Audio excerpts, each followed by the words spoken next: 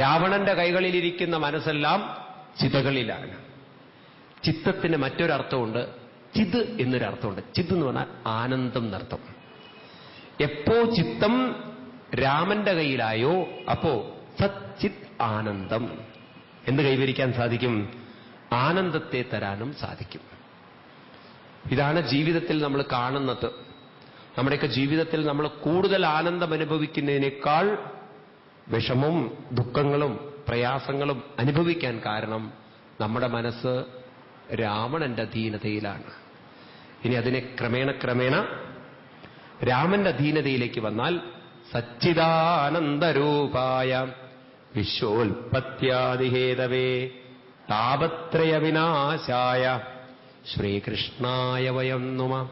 ചിത്തം ചിത് ആയിത്തീരും, ആനന്ദമായിത്തീരും.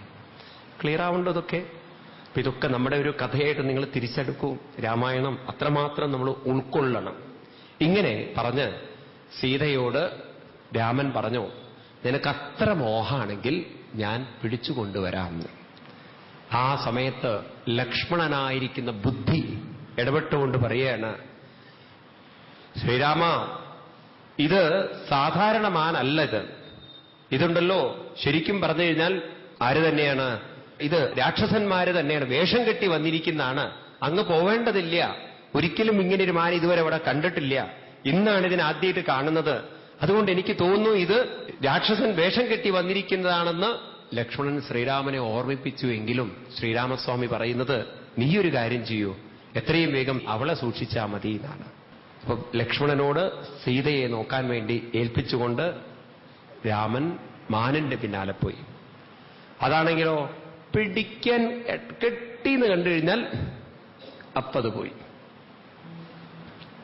കുട്ടികളെ പോലെ വാശി കാണിക്കാൻ തുടങ്ങി. പിടിക്കാൻ നോക്കുമ്പോഴേക്കും ഓടുക, പിടിക്കാൻ നോക്കുമ്പോഴേക്കും ഓടുക. നമ്മൾ കുട്ടികളെ കളിപ്പിക്കാറില്ല, എന്തെങ്കിലും ഇങ്ങനെ കൊടുക്കാൻ വേണ്ടി നമ്മൾ കൈമാറ്റുക. ഇതുപോലെ മാനിങ്ങനെ പിടിച്ചു എന്ന് പറയുമ്പോഴേക്കും പിടിവിട്ടു. സകല ബന്ധങ്ങളും അത് തന്നെയാണ്. നമ്മൾ പിടിക്കാൻ നോക്കുമ്പോഴേക്കും അത് നമ്മുടെ പിടിയിൽ നിന്നും വിട്ടുപോകും. കുട്ടികളെ എത്ര കാലം പിടിച്ചു വയ്ക്കാൻ പറ്റും? ഭർത്താവിനെ എത്ര കാലം പിടിച്ചു വയ്ക്കാൻ പറ്റും? ഭാര്യയെ എത്ര കാലം പിടിച്ചു വയ്ക്കാൻ പറ്റും? വീടെത്ര കാലം പിടിച്ചു വയ്ക്കാൻ പറ്റും? പിടി കിട്ടീന്ന് വിചാരിക്കുമ്പോഴേക്കും പിടിയിൽ നിന്ന് പോയിട്ടുണ്ടാവും. ഇന്നും ആളുകൾ പിടികിട്ടാൻ വേണ്ടി ഓടിക്കൊണ്ടിരിക്കുകയാണ്. ആർക്കും ആരെയും പിടിക്കാൻ പ്രകൃതി സമ്മതിക്കില്ല. കാരണം അനിത്യമസുഖം ലോകം ഇമം പ്രാപ്തഭജസമം. ഈ പ്രകൃതിയുടെ ഒരു വലിയ നിയമം എന്താണെന്ന് വെച്ചാൽ change is the law of nature എന്നാണ്. ഇതാണ് ആധുനിക ശാസ്ത്രജ്ഞന്മാർ ഗവേഷണങ്ങളിലൂടെ കണ്ടുപിടിച്ചത്. എപ്പോഴും ചേഞ്ച് ചെയ്തുകൊണ്ടിരിക്കുക. Change is the law of nature. പ്രകൃതിയുടെ നിയമം കോൺസ്റ്റന്റ് ചേഞ്ചാണ്, മാറിക്കൊണ്ടേയിരിക്കും. ഇതിനെ ഒരാൾക്കും പിടിച്ചു നിർത്താൻ സാധ്യമല്ല. അപ്പൊ വിവേകമുള്ളവര് മാറിക്കൊണ്ടിരിക്കുന്നതിനെ അല്ല, ഒഴുകിക്കൊണ്ടിരിക്കുന്നതിനെ അല്ല പിടിക്കേണ്ടത്. വിവേകമുള്ളവര് ഒഴുകാതെ കൂടെയുള്ളതിനെ പിടിക്കാൻ ശ്രമിക്കണം. അപ്പൊ വിവേകമുള്ളവരുടെ ഉള്ളിലുണ്ടാകേണ്ട ചോദ്യം, ഈ അനിത്യമായതിൽ വല്ലതും നിത്യമായതുണ്ടോ, ശാശ്വതമായതുണ്ടോ എന്ന് നമ്മൾ ചോദിക്കാൻ സാധിക്കാത്തതാണ് അനിത്യമായതിനെ വീണ്ടും വീണ്ടും വീണ്ടും പിടിക്കാൻ പോകുന്നത്. ഗീതയിൽ ഭഗവാൻ പറയും, മാത്രാ സ്പർശാസ്തു കൗന്തേയ ശീതോഷ്ണസുഖദുഃഖദാ ആഗമാപായിനോ അനിത്യ താം തിദിക്ഷസ്വ ഭാരത. ഇതെല്ലാം മാത്രാസ്പർശം, ചെറിയ ചെറിയ സുഖം. ആ സുഖം അനുഭവിക്കുമ്പോഴേക്കും പിന്നെ നമുക്ക് വെറുപ്പും മടുപ്പും വന്നു. വീണ്ടും പക്ഷെ മനസ്സ് പറയും ഇനി അനുഭവിക്കണം. വീണ്ടും അതിലേക്ക് നമ്മളെ കൊണ്ടുപോകും. എത്രയെത്ര അനുഭവങ്ങളുണ്ട്. നമ്മുടെ സമയം വേസ്റ്റാക്കിയ നല്ല നല്ല അനുഭവങ്ങൾ നമുക്കുണ്ടാവും. ഓ, ഇനി ഞാൻ ഇങ്ങനെ സമയം കളയില്ല എന്ന്. എവിടെ? നാളെ അതൊന്നും ആവർത്തിക്കും. എത്രയെത്ര അനുഭവങ്ങൾ. ഒരിക്കൽ വേണ്ടാതെ എരിവൊക്കെ കഴിച്ച് വയറൊക്കെ കേടുവരുത്തി ഉള്ള കടുവാങ്ങിയൊക്കെ കൂട്ടി ഒരുപാട് വലിച്ച് കയറ്റി പുളിയൊക്കെ കയറ്റി ആകെ ലൂസ് മോഷനൊക്കെ പിടിച്ച് ഈശ്വര ഇനി ജീവുണ്ടെങ്കിൽ ആ സാധനം കഴിക്കില്ല. എവിടെ? 2 ദിവസം കഴിഞ്ഞാൽ അതന്നെ വീണ്ടും വീണ്ടും വീണ്ടും കഴിക്കും. അങ്ങനെയൊന്നും നമ്മുടെ മനസ്സ് പാഠങ്ങളൊന്നും. ചക്കപ്പായസം കഴിച്ചാൽ ഗ്യാസ് പിടിക്കുന്നവരുണ്ട്, വയറ് വീർക്കുന്നവരുണ്ട്. എന്നാ പിന്നെ ചക്കപ്പായസം നിർത്തുവോ? വീണ്ടും അത് കണ്ടു കഴിഞ്ഞാൽ ഗ്യാസല്ലേ, ജലൂസിലുണ്ടല്ലോ എന്നുള്ള. നോക്കണേ, ജലൂസിന്റെ മുകളിലാണ് അവർ ചക്കപ്പായസത്തെ കഴിക്കുന്നത്. ഞാൻ നിങ്ങളെ തിരിപ്പിക്കില്ല. പല അനുഭവങ്ങളും നമുക്കിങ്ങനെയാണ്. ഇത്രയേ ഉള്ളൂ എന്ന് മനസ്സിലായാലും വീണ്ടും മനസ്സ് പറയും എന്നാലും കിട്ടിക്കൂടായില്ല. ആ സുഖത്തിന്റെ പേരാണത്രേ ചൊറിമാന്തി സുഖം എന്ന്. ചൊറിമാന്തുന്നതിനുള്ള സുഖം. ഈ പ്രപഞ്ചം എന്ന് പറയുന്നത് പൊന്മാനാണ്. അതെപ്പോഴും മാറിക്കൊണ്ടിരിക്കും, ചേഞ്ച് ചെയ്തുകൊണ്ടിരിക്കും. ആ ചേഞ്ചായിക്കൊണ്ടിരിക്കുന്നതിന്റെ പിന്നിലാണ് ഒരിക്കലും മാറാത്ത ഒരു രാമൻ, നിത്യനും അവ്യനുമായ രാമൻ ഓടുന്നത് എന്ന്.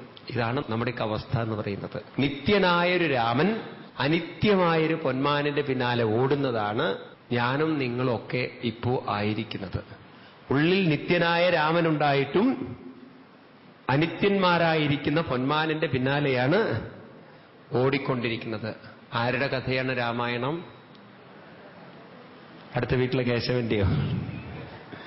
നമ്മുടെ ഓരോരുത്തരുടെയും കഥയാണ് രാമായണം. ശരിയല്ലേ? അങ്ങനെ രാമൻ ഓടി ഓടിപ്പോയി. അപ്പോഴാണ് സീതാദേവി അവിടെ നിന്നുകൊണ്ട്, ലക്ഷ്മണൻ ഉണ്ടല്ലോ മുന്നില് കാവല് നിൽക്കുക. രാവണസ്വാമി ഇങ്ങനെ നോക്കിയപ്പോണ്ട് ലക്ഷ്മണസ്വാമി അവിടെ നിൽക്കണോ? രാമൻ മാത്രം അകന്നു പോയാൽ പോരാ, ആരും കൂടി പോണം, ലക്ഷ്മണസ്വാമി കൂടി മാറണം. അപ്പോഴേക്കും കാര്യങ്ങൾ നടന്നു. ഉടനെ സീതാദേവി ലക്ഷ്മണനോട് പറയാണ്, കേട്ടില്ലേ രാമന്റെ കരച്ചിൽ കേട്ടില്ലേ? രാമൻ അപകടത്തിലായിരിക്കണു, വേഗം രക്ഷിക്കൂ, രാമനെ രക്ഷിക്കൂ, വേഗം ചെല്ലൂ എന്ന്. ദേവി, ഇത് രാമന്റെ കരച്ചിലൊന്നുമല്ല. 3.25 നാഴിക കൊണ്ട് 14,000 രാക്ഷസന്മാരെ കൊന്നൊടുക്കാൻ സാധിക്കുന്ന രാമനെ ഉപദ്രവിക്കാൻ ഒരു രാക്ഷസനും സാധ്യമല്ലെന്ന് ദേവിക്ക് കൂടി അറിയുന്നതല്ലേ? ദേവി, ഇത് അസുരന്മാര് കളിക്കുന്നതാണ്, ഇതിലെന്തോ ചതിയുണ്ട്. ദേവി പരിഭ്രമിക്കാതിരിക്കൂ. ജ്യേഷ്ഠൻ എന്നെ ഏൽപ്പിച്ചിരിക്കുന്നത് ദേവിയെ സംരക്ഷിക്കാനാണ്, ഞാനിവിടുന്ന് പോകുന്ന പ്രശ്നമില്ല എന്ന് ലക്ഷ്മണൻ പറഞ്ഞപ്പോ ആ സീതാദേവിയുടെ മുഖം മാറി. നേരത്തെ മാനിനെ വേണ്ടി മോഹിച്ച ദേവി, കാമത്താൽ മോഹിതയായ ദേവി ഇപ്പോഴിതാ ക്രോധത്തിലേക്ക് വീണു. ലക്ഷ്മണനോട് ഇനി പറയുന്ന വാക്കുകളുണ്ടല്ലോ, സീതാദേവിയുടെ സംസ്കാരത്തിനൊരിക്കലും ചേർന്നതായിരുന്നില്ല പ്രിയന്. ലക്ഷ്മണനെ ചാരിത്രശുദ്ധിയില്ലാത്ത ഒരാളായിട്ടാണ് ഇനി ഇവിടുന്ന് അങ്ങോട്ട് കാണുന്നത്. എനിക്ക് മനസ്സിലാവുന്നുണ്ട് നിന്റെ മനോഗതം എന്നാണ്. നീ ഭരതന്റെ കൂടെ കൂടിച്ചേർന്ന് കാട്ടിലേക്ക് രാമനെ സഹായിക്കാൻ എന്ന പേരിൽ വന്നിരിക്കുന്നത് രാമനോടുള്ള സ്നേഹം കൊണ്ടല്ല, എന്റെ ശരീരത്തോടുള്ള ആസക്തി കൊണ്ടാണ്. രാമൻ മരിച്ചു കഴിഞ്ഞാൽ എന്നെ അനുഭവിക്കണം എന്നുള്ളതാണ് നിന്റെ ഉള്ളിലുള്ള മോഹം. ലക്ഷ്മണ, ഒരിക്കലും നടക്കില്ലട്ടോ എന്നാണ്. ലക്ഷ്മണൻ സ്വപ്നേവി വിചാരിക്കാത്ത കാര്യം. ലക്ഷ്മണനെ കാട്ടിലേക്ക് പറഞ്ഞയക്കുന്ന സമയത്തുണ്ടല്ലോ, ലക്ഷ്മണന്റെ അമ്മ കൊടുക്കുന്ന ഒരു നിർദ്ദേശമുണ്ട് രാമായണത്തില്. അതിഗംഭീരമായൊരു ഭാഗമാണ് സുമിത്രാദേവി ലക്ഷ്മണന് കൊടുക്കുന്ന ഉപദേശം. 4 വരികളേ ഉള്ളൂ. രാമായണത്തിലെ ഏറ്റവും ശ്രേഷ്ഠമായ വരികൾ എന്ന് പറയുന്നത് അതാണത്രേ. രാമം ദശരഥം വിദ്ധിം മാ വിദ്ധിം ജനകാത്മജം അയോധ്യാമടവിം വിദ്ധിം ഗച്ഛതാത തതസുഖം. രാമനെ അച്ഛനെപ്പോലെ കാണണം, സീതാദേവിയെ അമ്മയെപ്പോലെ കാണണം, നീ കാടിനെ അയോധ്യ പോലെ കാണണം എന്ന നിർദ്ദേശമുണ്ടല്ലോ, അപ്പടി ജീവിതത്തിൽ പ്രായോഗികമാക്കിയ ആളാണ് ലക്ഷ്മണൻ. ഇനി കാണാം നിങ്ങൾക്ക്. സീതാദേവി അപഹരിച്ച് സീതാദേവി ആഭരണങ്ങൾ വലിച്ചെറിയും ഋഷ്യമൂകാചലത്തിൽ. അങ്ങനെ സുഗ്രീവൻ ആ പൊതി കൊണ്ട് കാണിച്ചു കൊടുക്കുന്ന സമയത്ത് രാമൻ ചോദിക്കും, ലക്ഷ്മണ, എന്റെ കണ്ണുനീര് കൊണ്ട് എനിക്ക് കാണാൻ പറ്റുന്നില്ല, പറയൂ ഇതാരുടെയാണെന്ന്. അപ്പോഴാണ് പറയുന്നത്, കുണ്ടലം ന ജാനാമി, എനിക്ക് മനസ്സിലാവുന്നില്ല. അതുപോലെ വളകൾ ആരുടെയാണെന്ന് അറിയുന്നില്ല, തലയിലിട്ടിരിക്കുന്നത് ആരുടെയാണെന്ന് അറിയുന്നില്ല, കങ്കണം കുണ്ടലം ഒന്നും എനിക്കറിയില്ല. പക്ഷേ നൂപുരമേവ ജാനാമി, കാലിൽ കിടക്കുന്ന പാദസരം അമ്മയുടേതാണെന്ന്. അപ്പൊ എങ്ങനെ ഇത് മനസ്സിലായതെന്ന് ചോദിക്കുമ്പോൾ പറയാണ്, ഇത്രയും കാലം സീതയുടെ പാദങ്ങൾ മാത്രമേ വന്ദിക്കാറുള്ളൂ, അമ്മയെപ്പോലെയാണ് കണ്ടത്. അങ്ങനെയുള്ള ലക്ഷ്മണനോടാണ് സീത പറയുന്നത്, നീ എന്നെ പ്രാപിക്കണം എന്നുള്ള മോഹത്തോടുകൂടിയാണ് രാമന്റെ സേവകനായി കൂടെ വന്നിരിക്കുന്നത്. നീ ചതിയനാണ്, വഞ്ചകനാണ്, കാമാന്തനാണ്. നിന്റെ ഉള്ളിലിരിപ്പ് ലക്ഷ്മണ മനസ്സിൽ വെച്ചാൽ മതി. രാമനെങ്ങാനും മരിച്ചിട്ടുണ്ടെങ്കിൽ ഈ സീതയെ നിനക്ക് തൊടാൻ സാധ്യമല്ല, ഞാൻ ശരീരം ഉപേക്ഷിക്കും എന്നെല്ലാം പറഞ്ഞ സമയത്ത് ലക്ഷ്മണൻ രണ്ട് കൈകൊണ്ടും ചെവി നിർത്തിയിട്ട് പറഞ്ഞു, നിന്റെ നാശമെടുത്തിരിക്കുന്നു. ശപിച്ചു കളയും ലക്ഷ്മണൻ, നീ സർവനാശത്തിലേക്ക് പോവുകയാണ്. അങ്ങനെ അവിടെ നിന്നും ലക്ഷ്മണൻ രാമാന്വേഷണത്തിന് പോവുകയാണ്. എന്താ ഇതിലൂടെ നമ്മൾ ഓർമ്മിപ്പിക്കുന്നത്? ആ ശ്ലോകങ്ങളുടെ അർത്ഥം ചിത്രീകരിച്ചു വെച്ചിരിക്കുകയാണ് അവിടെ. എപ്പോ ഒരു കാര്യത്തിൽ മോഹം വന്നുവോ, മോഹം കാമമായി തീരും, കാമം ക്രോധത്തിലേക്ക് തിരിയും, ക്രോധം ബുദ്ധിനാശം വരുത്തും, അവസാനം അത് സർവനാശത്തിലേക്ക് വരുത്തും. അപ്പൊ ലക്ഷ്മണനാകുന്ന ബുദ്ധി സീതയാകുന്ന മനസ്സിൽ നിന്നും അകന്നപ്പോ, സീതയാകുന്ന മനസ്സ്, കാമമോഹിതമായ മനസ്സ് ബുദ്ധിയെ മാറ്റി നിർത്തിയപ്പോ രാവണനെ വേഗം അപഹരിക്കാൻ സാധിച്ചു.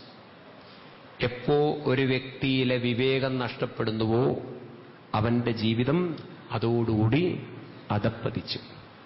അപ്പൊ വിവേകമാണ് ആര്? ലക്ഷ്മണൻ എന്ന് പറയുക. നമ്മുടെ മനസ്സിൽ പല മോഹങ്ങളുണ്ട്, ആഗ്രഹങ്ങളുണ്ട്, നല്ലതും ചീത്തതും ഒക്കെ ഉണ്ട്. വിവേകമാകുന്ന ബുദ്ധി കൊണ്ട് വേണം ഏതനുഭവിക്കണം, ഏതനുഭവിക്കരുത്, ഏത് ചെയ്യണം, ഏത് ചെയ്യരുത് എന്നൊക്കെ നമ്മൾ മനസ്സിലാക്കി കൊടുക്കാൻ. ആ വിവേകമുണ്ടാവണമെങ്കിൽ എന്ത് വേണം? സത്സംഗമുണ്ടാവണം. രാമനിലേക്കാണ് തിരിയേണ്ടതെന്ന ബോധമുണ്ടാവണം. രാമൻ വിട്ടതോടുകൂടി ബുദ്ധിയും വിട്ടു. ഇപ്പൊ രാമനെ അകറ്റിയാൽ ബുദ്ധിയും അകലും. അതോടുകൂടി മനസ്സ് ആരുടെ നിയന്ത്രണത്തിലേക്ക് വരും?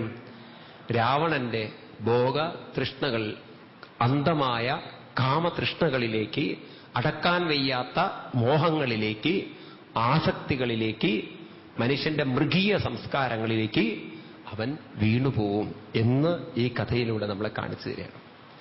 അപ്പൊ ലക്ഷ്മണൻ നമ്മുടെ വിവേകബുദ്ധിയാണ്. അപ്പൊ വിവേകമുണ്ടാവണമെങ്കിൽ ആരുമായി സംഘം വേണം? രാമസംഘം വേണം. രാമൻ വിട്ടു, വിവേകവും വിട്ടു. എപ്പോഴും ഭഗവത് സ്മരണയിൽ ജീവിക്കുമ്പോഴേ മനസ്സിനെ തെറ്റും ശരിയും മനസ്സിലാക്കി കൊടുത്ത് നന്മയിലേക്ക് തിരിക്കാൻ സാധിക്കുകയുള്ളൂ. അപ്പൊ നിങ്ങളൊക്കെ ഇവിടെ ഇരിക്കുമ്പോണ്ടല്ലോ, പലപ്പോഴും നമ്മുടെ ഉള്ളിൽ വേണ്ടാത്ത ചിന്തകളൊക്കെ വരും. എത്രയൊക്കെ ഭക്തി ഉണ്ടെങ്കിലും വരും. പക്ഷെ നമ്മുടെ വിവേകം കൊണ്ട് നമുക്ക് വേണമെങ്കിൽ അതിനെ ഇതല്ല, അങ്ങനെയല്ല വേണ്ടത്, ഇങ്ങനെ ചെയ്യൂ, ഇങ്ങനെ ചെയ്യൂ, ഇങ്ങനെ ചെയ്യൂ എന്ന് പറഞ്ഞ് നമ്മുടെ മനസ്സിനെ നമുക്ക് തന്നെ കൾട്ടിവേറ്റ് ചെയ്യാം, കൾച്ചറാക്കാം, കൾച്ചറുള്ളതാക്കാം. അപ്പൊ നമ്മുടെ ബുദ്ധി മനസ്സിനോട് പറയുന്നുണ്ട് ഏത് ശരി, ഏത് തെറ്റ്, ഏത് ചെയ്യണം, ഏത് ചെയ്യരുത്, എന്ത് പറയണം, എന്ത് പറയരുത്. ഇതിങ്ങനെ ഒരു സംവാദം എവിടെ നടക്കുന്നുണ്ട്? നമ്മുടെ ഉള്ളിൽ നടക്കുന്നുണ്ട്. നിങ്ങൾ ആത്മീയത ഉൾക്കൊള്ളുന്തോറും വിവേകത്തിന് മനസ്സിനെ നിയന്ത്രിക്കാൻ സാധിക്കും. ആത്മീയത ഉൾക്കൊള്ളാത്ത ഒരാളാണെങ്കിൽ അയാൾ പെട്ടെന്ന് സാഹചര്യങ്ങൾക്കനുസരിച്ച് പ്രവർത്തിക്കും. അയാൾ റിപ്പൾസീവ് റിയാക്റ്റീവ് ആയിരിക്കും. ഒരു ആവേശം കൊണ്ട് പെരുമാറും. അവരാണ് ലോകത്തിൽ പ്രശ്നങ്ങൾ ഉണ്ടാക്കുന്നത്. പ്രിയൻ, ഇപ്പൊ രാമൻ അകന്നാൽ ലക്ഷ്മണനും അകന്നു. കൂടെ എപ്പോഴും ആരെ കൊണ്ട് നടക്കണം? രാമനെ കൊണ്ട് നടന്നാൽ ലക്ഷ്മണൻ കൂടെയുണ്ടാവും. ലക്ഷ്മണൻ കൂടെയുണ്ടെങ്കിൽ സീതയ്ക്ക് മോഹങ്ങൾ വന്നാലും ആ സീതയെ നമുക്ക് നിയന്ത്രിക്കാൻ സാധിക്കും. ഏത് ശരി, ഏത് തെറ്റ് എന്ന് പറഞ്ഞ് കൾച്ചറുള്ളതാക്കി തീർക്കാൻ സാധിക്കും. മനസ്സിലാവുന്നുണ്ടല്ലോ? ഈ രാമായണ, ഈ കഥ, ഈ പർട്ടിക്കുലർ ഭാഗം ഉണ്ടല്ലോ, അത് നമ്മൾ വളരെ വളരെ ശ്രദ്ധിക്കണം. കാരണം ഇവിടെ നിന്നാണ് രാമായണത്തിന് വഴിത്തിരിവുണ്ടാകുന്നത്. പ്രിയാണ്, ഇത്രയും കാലം സീത രാമന്റെ കൂടെയായിരുന്നു, സംരക്ഷിതയായിരുന്നു. ഇനി മുതൽ സീത രാമനിൽ നിന്നും അകന്നു പോവുകയാണ്. നമ്മുടെ ജീവിതത്തിന്റെ അധപ്പതനം ഇവിടെ നിന്നാണ് ആരംഭിക്കുന്നത്. ഒരു വ്യക്തിയുടെ ജീവിതത്തിന്റെ അധപ്പതനം എവിടെ നിന്നാണെന്ന് ചോദിച്ചു കഴിഞ്ഞാൽ, എപ്പോ അവന്റെ ഉള്ളിൽ ആത്മീയ സംസ്കാരം വിട്ടുവോ അതോടെ വിവേകം നഷ്ടപ്പെടും. വിവേകം നഷ്ടപ്പെടുന്നതോടുകൂടി അവന്റെ മനസ്സിൽ വേണ്ടാത്ത മൃഗീയ സംസ്കാരങ്ങളൊക്കെ തന്റെ സുഖത്തിന് വേണ്ടി മറ്റൊരാളെ അവൻ വേദനിപ്പിക്കാൻ തുടങ്ങും. ഈ ചിത്രം നമുക്കിവിടെ കാണിച്ചു തരികയാണ്. രാമായണത്തില് അതിഗംഭീരമായൊരു ഭാഗമാണ് സുമിത്രാദേവി ലക്ഷ്മണന് കൊടുക്കുന്ന ഉപദേശം. 4 വരികളേ ഉള്ളൂ. രാമനെ അച്ഛനെപ്പോലെ കാണണം, സീതാദേവിയെ അമ്മയെപ്പോലെ കാണണം, നീ കാടിനെ അയോധ്യ പോലെ കാണണം എന്ന നിർദ്ദേശമുണ്ടല്ലോ, അപ്പടി ജീവിതത്തിൽ പ്രായോഗികമാക്കിയ ആളാണ് ലക്ഷ്മണൻ. എപ്പോ ഒരു കാര്യത്തിൽ മോഹം വന്നുവോ മോഹം കാമമായി തീരും, കാമം ക്രോധത്തിലേക്ക് തിരിയും, ക്രോധം ബുദ്ധിനാശം വരുത്തും, അവസാനം അത് സർവനാശത്തിലേക്ക് വരുത്തും. എപ്പോ ഒരു വ്യക്തിയിലെ വിവേകം നഷ്ടപ്പെടുന്നുവോ അവന്റെ ജീവിതം അതോടുകൂടി അധപ്പതിച്ചു. എപ്പോഴും ഭഗവത് സ്മരണയിൽ ജീവിക്കുമ്പോഴേ മനസ്സിനെ തെറ്റും ശരിയും മനസ്സിലാക്കിക്കൊടുത്ത് നന്മയിലേക്ക് തിരിക്കാൻ സാധിക്കുകയുള്ളൂ. കൂടെ എപ്പോഴും ആരെ കൊണ്ടു നടക്കണം? രാമനെ കൊണ്ടു നടന്നാൽ ലക്ഷ്മണൻ കൂടെയുണ്ടാവും. ലക്ഷ്മണൻ കൂടെയുണ്ടെങ്കിൽ സീതയ്ക്ക് മോഹങ്ങൾ വന്നാലും ആ സീതയെ നമുക്ക് നിയന്ത്രിക്കാൻ സാധിക്കും. പിന്നീട് നമ്മൾ കഥ കേട്ടിരിക്കുന്നത് ലക്ഷ്മണൻ ഒരു വര വരച്ചു എന്നാണ്. അത് എഴുത്തച്ഛന്റെ രാമായണത്തിലില്ല, വാൽമീകി രാമായണത്തിലുമില്ല. അത് എവിടുന്നാ വന്നത് എനിക്കറിയില്ല. ഒരു വര വരച്ചു എന്നാണ്. എന്നിട്ട് പറഞ്ഞു, സീത ഇതിന്റെ പുറത്തേക്ക് പോകരുത് എന്ന്. അന്ന് മുതൽ ഒരു രേഖ വന്നു, ലക്ഷ്മണ രേഖ. അതിന്നുമുണ്ട്. എല്ലാറ്റിനും ഒരു നിയന്ത്രണത്തിന്റെ രേഖയായിരിക്കാം ലക്ഷ്മണ രേഖ. സീതാദേവി പറഞ്ഞ പ്രകാരം ഇനിയും കേൾക്കണ്ട എന്ന് കരുതി ലക്ഷ്മണൻ ചെവി പൊത്തിക്കൊണ്ട് അവിടെ നിന്നും രാമാന്വേഷണത്തിന് പുറപ്പെട്ടു. ആ സമയത്താണ് സ്വാമികൾ പ്രകടമാവുന്നത്. അയാളുടെ പേരായിരുന്നു സ്വാമി തസ്കരാനന്ദ. രാവണൻ തൽക്കാലത്തേക്ക് ഒരു സ്വാമിയൊക്കെ കാവ്യവേഷമൊക്കെ ധരിച്ച്, തസ്കരൻ എന്ന് പറഞ്ഞാൽ കള്ളൻ, അവിടുത്തെ കാവ്യവേഷമൊക്കെ ധരിച്ചൊരു സഞ്ചിയൊക്കെ വെച്ച് ഭിക്ഷാന്തേഹി ഭിക്ഷാന്തേഹി ധാരാളം രുദ്രാക്ഷമാലയൊക്കെ കഴുത്തിലിട്ട് അവിടുന്ന് അങ്ങോട്ട് വന്നു. അതുവരെ ലക്ഷ്മണനെ ചീത്ത വിളിച്ച ദേവിയുടെ മനസ്സൊക്കെ മാറി. സ്വാമികൾ വന്നാലോ, നല്ല പാർട്ടിയെ വിളിച്ചിരുത്തുന്നത്. അങ്ങനെ അകത്തേക്കൊക്കെ വിളിച്ചിരുത്തി. സ്വാമികൾ എന്താണ് ഭിക്ഷ വേണ്ടത് എന്ന് പറഞ്ഞു. ദേവിയെ സൂക്ഷിച്ചു നോക്കുന്നുണ്ട്. ആ ദേവിക്ക് അപ്പോഴെങ്കിലും ഒന്ന് മനസ്സിലാവുക ഇയാളുടെ കയ്യിലിരിപ്പത്ര ശരിയില്ല എന്ന്. നോട്ടം കൊണ്ടും മനസ്സിലായില്ല. ഓ, ഇത്ര നല്ല യൗവനം നശിപ്പിക്കുന്നതിലുള്ള ദുഃഖം എനിക്ക് വല്ലാതുണ്ട്. ആരാണ് ദേവി എന്ന് ചോദിച്ചപ്പോൾ പറഞ്ഞു, അയോധ്യാധിപനായ ദശരഥന്റെ ശ്രീമന്തപുത്രനായ രാമന്റെ പത്നിയാണ് ഞാൻ. അച്ഛന്റെ നിർദ്ദേശപ്രകാരം വനവാസത്തിന് വന്നിരിക്കുകയാണ്. കാര്യങ്ങളൊക്കെ വിസ്തരിച്ച് പറഞ്ഞു കൊടുത്തു. ഭഗവാൻ ആരാണ് മനസ്സിലായില്ല. വലിയ വലിയ സന്യാസിമാരെയൊക്കെ കണ്ടിട്ടുണ്ട്, എന്നാൽ ഇങ്ങനെയൊരു സന്യാസി ആദ്യമായിട്ടാണ് കാണുന്നത്. ഉടനെ പറഞ്ഞു, ഞാൻ ത്രിലോക ചക്രവർത്തിയായ രാവണനാണ്. അപ്പോഴെങ്കിലും മനസ്സിലാക്കണ്ടേ ഇത് അപകടമാണ് വന്നിരിക്കുന്നതെന്ന്. എന്നെ തോൽപ്പിക്കാൻ ലോകത്തിൽ ആരുമില്ല. എല്ലാ സുഖഭോഗങ്ങളുടെയും ഭൂമിയാണ് ലങ്ക എന്ന് പറഞ്ഞ താൻ വൈശ്രവണന്റെ സഹോദരനാണ്, പൗലസ്ത്യപുത്രനാണ് എന്നൊക്കെ ഇങ്ങനെ ഗംഭീര ഘോഷങ്ങളൊക്കെ മുഴക്കി പറഞ്ഞു. ദേവി ഇങ്ങനെ ഈ യൗവനം കാട്ടിൽ നശിപ്പിക്കുന്നതിൽ എനിക്ക് സങ്കടം വരുന്നു. ദേവി ഇങ്ങനെ യൗവനം നശിപ്പിക്കേണ്ടതല്ല, ഇത് അനുഭവിക്കേണ്ടതാണ്. വരൂ, നമുക്ക് സുഖമായി ജീവിക്കാം.